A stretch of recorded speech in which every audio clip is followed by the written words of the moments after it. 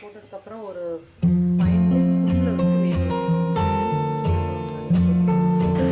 Hi guys, இன்றைக்கி சூப்பரான சுரக்காய் பொரியலும் கீரை குழம்பும் தான் பார்க்க போகிறீங்க. வாங்க வீடியோக்குள்ளே போகலாம். இங்கே கீரை குழம்புக்கு வந்து துவரம் பருப்பை மஞ்சப்பொடி காயப்பொடி போட்டு வேக வைக்கலாம். நெக்ஸ்ட்டு வந்து தக்காளி, வெள்ளைப்பூடு, வெங்காயம். இப்போது இந்த பருப்பு கூட தக்காளி, பூண்டு மட்டும் போட்டு வேக வச்சுக்கலாம். ஒரு 3 விசில் வச்சுக்கோங்க. இங்கே கடாயில் எண்ணெய் ஊற்றிட்டு கடுகு, உளுந்தம் பருப்பு, ஜீரகம், அப்புறம் 2 வரமிளகா, இதையும் நம்ம பிச்சு போட்டுடலாம். இது வதங்கினதுக்கப்புறம் இது வெங்காயத்தை போட்டு இது வதங்கினதுக்கப்புறம் நம்ம பாலக்கீரையை போடலாம். பாலக்கீரையை வந்து கழுவி நான் கட் பண்ணி வச்சுருக்கேன்.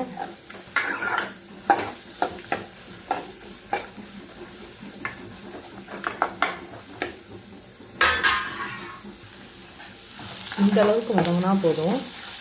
இப்போ நம்ம கீரையை போட்டு தட்டிடலாம். இந்த சாம்பாருக்கு வந்து புளி கிடையாது, அதனால் ஒரு பெரிய தக்காளி பழமாக போட்டு நான் வதக்கியிருக்கேன். குக்கரில் வேக வச்சுருக்கேன். பாலக்கீரை ஒரு 2-3 நிமிஷத்தில் நல்லா சுருண்டுரும். ஒரு 5 மினிட்ஸ் இருந்தால் போதும். பாலக்கீரை போட்டு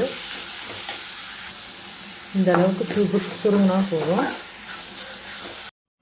இங்கே பருப்பு நல்லா வெந்துருச்சு. இப்போது இந்த கீரையை இதோட மிக்ஸ் பண்ணி நம்ம சேர்த்துடலாம்.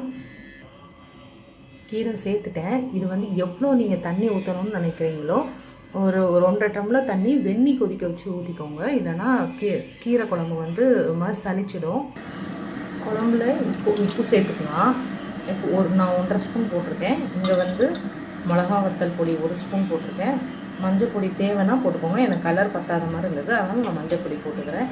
இதெல்லாம் சேர்ந்து ஒன்றா கொதிக்கட்டும்.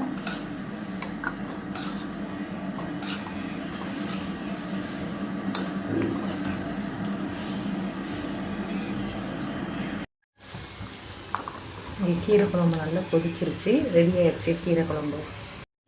சுரக்காய் பொரியலுக்கு ஃபஸ்ட்டு ஒரு பொடி திரிச்சிக்கலாம். அதுக்கு வந்து எண்ணெய் ஊற்றி வேர்க்கடலை, வெள்ளைப்பூடு, வரமிளகா, இது 3ஐயும் ஒன்றா சேர்த்து நல்லா வதக்குனதுக்கப்புறம் ஒரு கை தேங்காய் போடணும். ஒரு கை தேங்காய் இதையும் போட்டு நல்லா வறுத்துட்டு திரிச்சு வச்சுக்கோங்க. வறுத்து வச்சுட்டேன். நெக்ஸ்ட்டு எண்ணெய் ஊற்றி கடுகு, உளுந்தம் பருப்பு போட்டிருக்கேன் சுரக்காய் பொரியலுக்கு.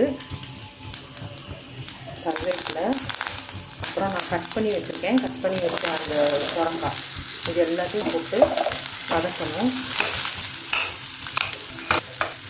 அப்படி வச்சு வைங்க. அதுவே தண்ணி விட்டு ஊற்ற வேண்டாம். தேவைப்பட்டால் தண்ணி தொளிச்சிக்கோங்க.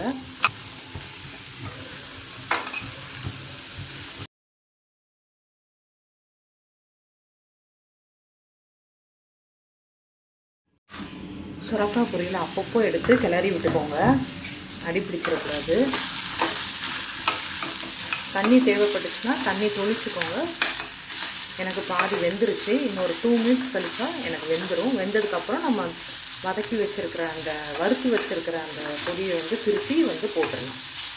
இப்போ இந்த உப்பு சேர்த்துக்கோங்க சுரக்காய் பொரியலுக்கு.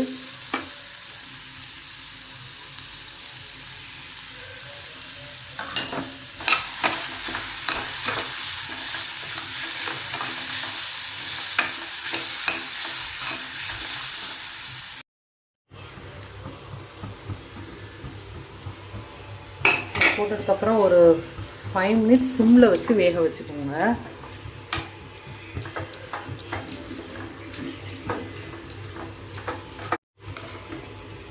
நல்லா பிரட்டி விடுங்க. நல்லா பிரட்டி விட்றப்ப ஸ்மெல்லு சூப்பராக இருக்கும். அந்த பூண்டு வேர்க்கடலை ஸ்மெல் ரொம்ப நல்லாயிருக்கும். ஒரு 2 மினிட்ஸ் கழித்து இதை ஆஃப் பண்ணிவிடுங்க.